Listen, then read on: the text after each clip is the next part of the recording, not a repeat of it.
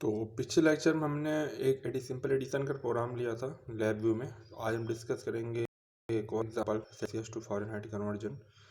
तो मैंने आपको बताया था किस तरीके से लैब व्यू में हम जब ओपन करते हैं तो हमारे दो विंडो क्या आते हैं। जैसे आपको यहाँ पे दिख रहा होगा, एक आपका फ्रंट पैनल होता है, एक ब्लॉक डायग्राम होता है।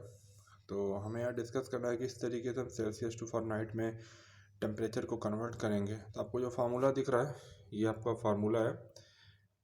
TF is equal to 9/5 TC plus 32. Okay, and here first हम जरा डिस्कस करने पहले जरा हम फ्रंट पैनल्स के बारे में। आपको दिख रहा होगा यहाँ पे दो टेम्परेचर आपको दिख रहा है। ये TC है वो इनपुट है, TF आपका क्या है वो आउटपुट है। TC इनपुट आप ऐसे भी कह सकते हैं, दिख रहा होगा यहाँ पे हमें इंक्रीज और डिक्रीज करने के लिए हमें यहाँ पे दिए हुए हैं किस तरीके से वैल्यूज़ को इंक्रीज डिक्रीज कर सकते हैं, लेकिन TF में ऐसा कुछ नहीं है। ओके, तो ये हमारा जो है आउटपुट हो गया।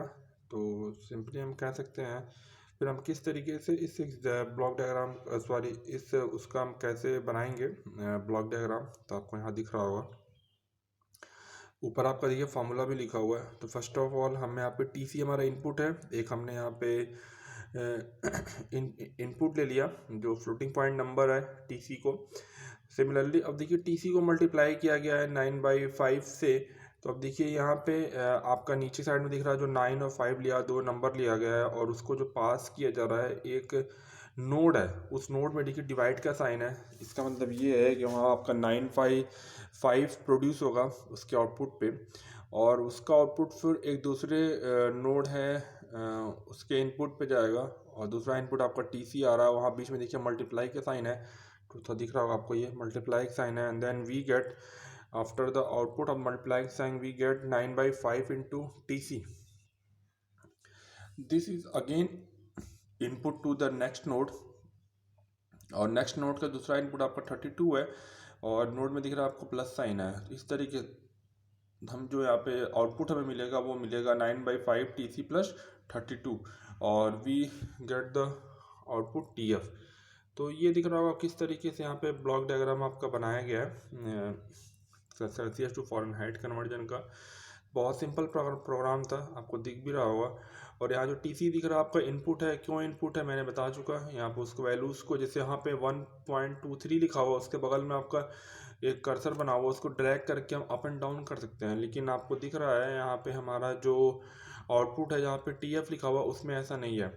और सिमिलरली अगर हम TC में देखें तो टर्मिनल पे आपके एरो बना हुआ राइट हैंड साइड, लेकिन जो TF में टर्मिनल है वो लेफ्ट हैंड साइड है। तो इस तरीके से आप डिफ्रेंशिएट कर सकते हैं इनपुट एंड आउटपुट को। तो ये नेक्स्ट एग्जांपल कंसीडर किया गया था आपका।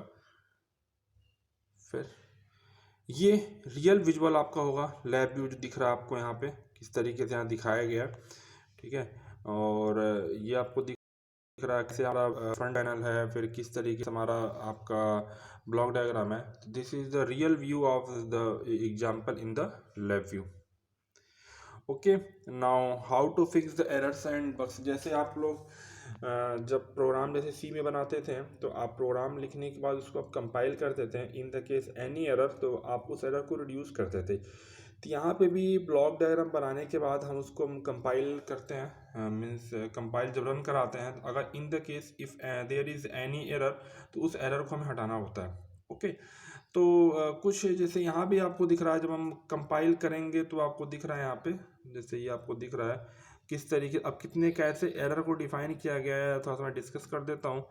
जैसा कि आपको ये पहला फिगर दिख रहा होगा, ये जो एरो, ये जो ऊपर का एरो दिख रहा है ये आपको दिख रहा है, जहाँ पे ये जब आप कंपाइल करेंगे तो जब आप वायर के थ्रू जब कनेक्ट करते हैं इनपुट एंड आउटपुट को तो उस पर आपका broken lines, if there is any problem in the correction तो वहाँ पे आपका जो वायर्स होंगे उस पर ब्रोकन लाइंस बनकर आएगा।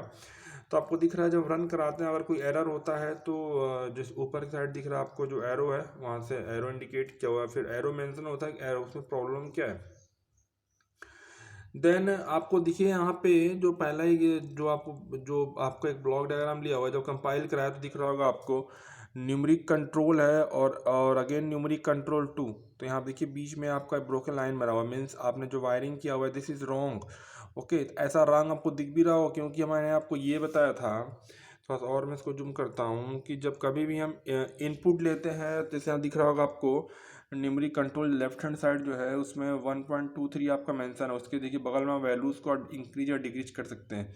अगर आपका राइट हैंड साइड भी सेम आपका ऐसा ही है, जो न्यूमेरिक कंट्रोल 2 में है 1.23 बगल में आप इंक्रीज एंड डिक्रीज।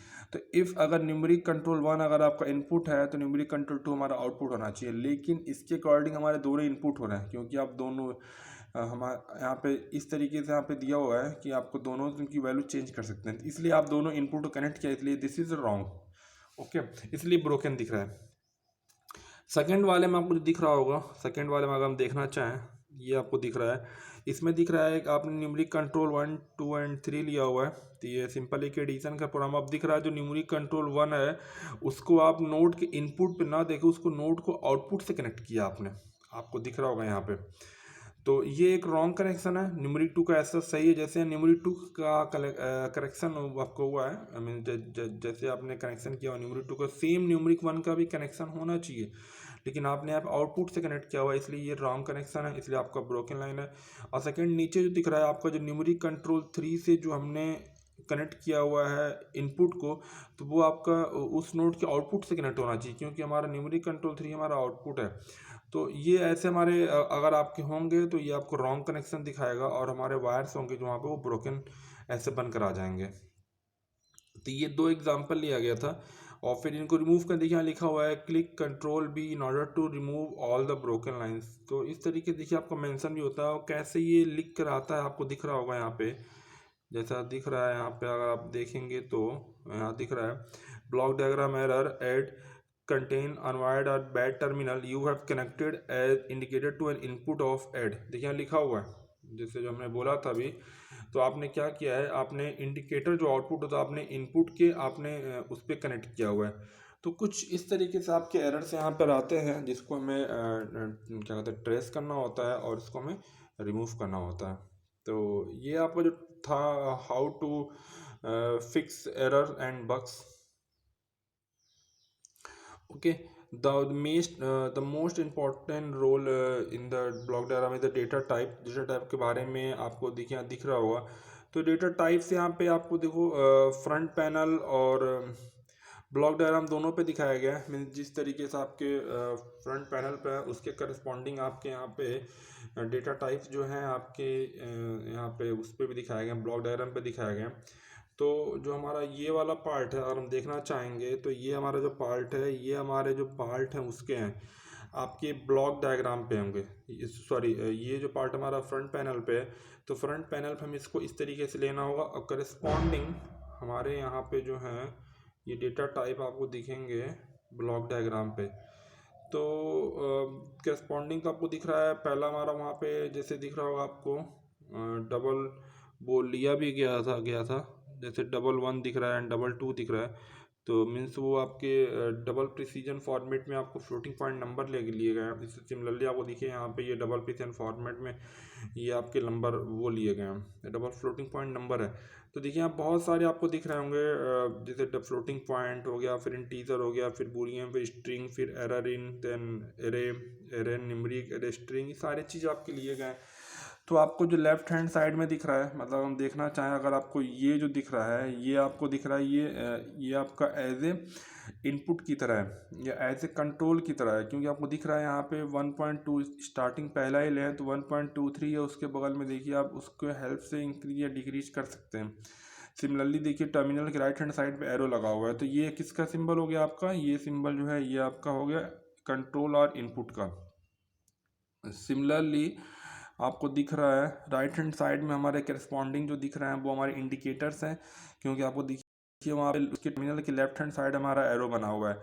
तो फिर हमने फर्स्ट ऑफ ऑल यहाँ देखिए कलर्स भी हमने यहाँ पे बताया हुआ है, किस किस कलर हमारे कैसे होंगे, तो कलर से आप डिफ्रेंशिएट कर सकते हैं हमारे डेटा टाइप कौन कौन से हैं। जैसे आपको दिख रहा है यहाँ पे फ्लोटिंग पॉइंट को ऑरेंज से रिप्रेजेंट किया गया है, देन इंटीजर को ब्लू से रिप्रेजेंट किया गया है, देन कंडीशनल मीन्स बूलियन को हमने अभी ग्रीन से इंडिकेट किया हुआ है। तो इस तरीके से जो हम है स्ट्रिंग को हमने पिंक से इंडिकेट किया हुआ है। तो इस तरीके से हम इनको हम डिफ्रेंशिएट करते हैं हमारा डेटा टाइप कौन सा है।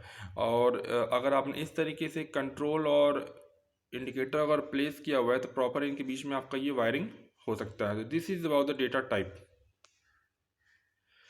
Okay, the next that is control H. Control H means I need help. अगर जैसे मान लीजिए कोई आप आइकन्स या कोई कंट्रोल्स आप यूज कर रहे हैं, तो आपको अगर नहीं पता है कि हाँ वाकई वो मेनली कहना क्या चाह रहा है या उसका मतलब क्या है, तो आप दिख रहा होगा यहाँ पे एक जो है ये दिस वन, यहाँ पर रैंडम नंबर को रिप्रेजेंट करने के लिए हमें डैश की तरह आपको दिख रहा है। तो यहाँ पे दिख रहा है कि किस तरीके से अगर आप उसको क्लिक करके और कंट्रोल एच अगर करेंगे तो ये बताएगा कि उसका क्या मतलब है। तो यहाँ इस डैश का मतलब है produce and double precision floating point number between 0 and 1। The number generated is less than और equal to 0 but less than 1। ये ध्यान दीजिएगा, this is the distribution is inform. तो इस तरीके से हमारा रैंडमली 0 और बीच में कोई भी नंबर आ सकता है। तो हम इसके हेल्प से किसी के बारे में हमें नॉलेज लेना कि आखिर उसका क्या वर्क है, वो कंट्रोल है कि वो इंडिकेटर है या उसका फंक्शन क्या है, तो इस तरीके से हम कंट्रोल एच के कंट्रोल प्लस हेल्प से हम जो है उसको हम फाइंड कर सकते हैं।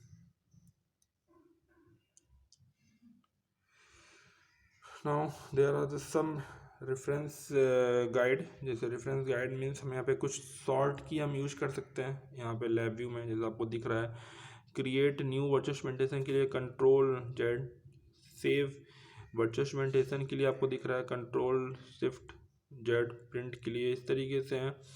तो ये शॉर्टकट हम क्रिएट कर सकते हैं इनकी हेल्प से, अगर आप उस पर लैब व्यू पे अगर वर्क करते हैं तो। Okay, now here take next example of the while loop का यहाँ पे यूज किया हुआ है। वाइल लूप मीन्स ये होता है कि ये एक लूप स्ट्रक्चर होता है जिसमें हमें उसको कंडीशन को एग्जीक्यूट करना होता है। तो यहाँ पे कुछ कंडीशन होते हैं और उसके बिहाफ पे हमारा ये लूप चलता है, ठीक है। लेकिन हमें ये नहीं पता चलता है कि हमारा लूप कितनी बार चलेगा। जब कंडीशन आपका फुलफिल हो जाएगा तो आपका वो लूप वहाँ पे टर्मिनेट हो जाएगा। तो आपको दिख रहा है यहाँ पे पहले तो मैं फिगर डिस्कस कर दूँ। पहले तो ये क्या कहना चाह रहा है तो हम डिस्कस करेंगे। आपको दिख रहा होगा ये आपका जो फिगर है न्यूमेरिकल आपका जो ऑब्जेक्ट ये है एग्जांपल है voltage signal from 0 to 5 volt from DEQ device need to be converted to the equivalent level in a water tank 0 to 20 centimetre. तो आपको दिख रहा है इसके करस्पॉन्डिंग फर्स्ट ऑफ ऑल हमने ये क्या लिया हुआ है, इस तरीके से हमने बोल्ट और टैंक को दिखाने के लिए हमने ऐसे इंडिकेट कर लिया। और उसके अकॉर्डिंग अब आपको ये दिख रहा है कि आपको यहाँ पे कहना क्या चाह रहा है, हमें 0 से 5 वोल्ट हमें इनपुट देना है, उसको करस्पॉन्डिंग जो 20 सेंटीमीटर में कन्वर्ट करें। मीन्स आपको दिख रहा है हम जो इनपुट देंगे हमें उसमें 4 का मल्टीप्लाई किया गया, सिंपली आप कह सकते हैं। तो जो चीज़ें आपको ब्लॉक डायग्राम में जो यहाँ पे चीज़ें आपको दिख रही हैं, जो चीज़ें आपको दिख रही हैं ब्लॉक डायग्राम में, तो जैसे मीन्स जो येलो कलर से जो लेबल दिख रहा है ये लेबल आपका स्टार्टिंग में नहीं आता है, वो स्टार्टिंग में पूरा वो वाइट कलर में होता है। तो जब हम ये ब्लॉक डायग्राम पे ये बना के प्रोग्राम को जब एग्जीक्यूट करते हैं then we get the result, ठीक है। जैसा आपको दिख रहा है हमारा जो इनपुट जहाँ बोल्ट लिखा हुआ है, जहाँ बोल्ट लिखा हुआ है वहाँ देखिए आपको 2.5 नियर अबाउट है और तो हमारा 10 जाएगा। तो हम क्या करते हैं जो वाइल लूप है वो हम फंक्शन पैलेट्स की हेल्प से हम लेते हैं।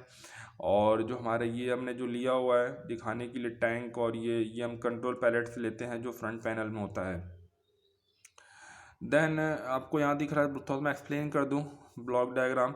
तो ब्लॉक डायग्राम आपका यही दिखाया गया किस तरीके से हमने बोल्ट एक फ्लोटिंग पॉइंट नंबर में लिया हुआ है, फिर आपको वो सेंटीमीटर में कन्वर्ट कर रहा है।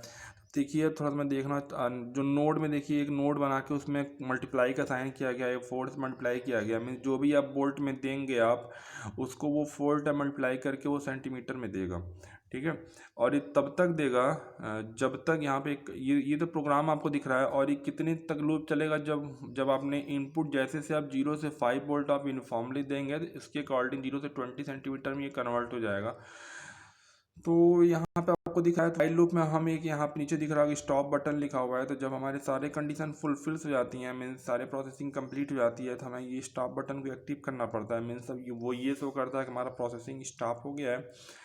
देन आपको दिख रहा है यहाँ पे वेट यूज किया गया है और वेट के लेफ्ट हैंड साइड में यहाँ पे 100 लिखा हुआ है। वेट को रिप्रेजेंट करने के लिए यहाँ पे आपका ये अलार्म क्लॉक है। तो यहाँ ये दिख रहा है कि हमें दो इनपुट्स को देने के बीच में हमारे कितने टाइम का होना चाहिए समय, वो आपका 100 मिली सेकेंड है। जैसे हमने कुछ यहाँ पे इनपुट दिया तो चेंज हो गया, देन उसके 100 मिली सेकेंड के बाद ही दूसरा इनपुट देंगे। Then here I represent is the number of iteration, means कितनी बार आपका लूप एग्जीक्यूट हुआ या लूप आपका चला। तो जब ये हमारा एग्जीक्यूट होता है देन वी गेट, जो हमारा ये दिख रहा है आपको कलर दिख रहा है येलो कलर का, तब वो आपको इंडिकेट करेगा लेवल्स क्या है।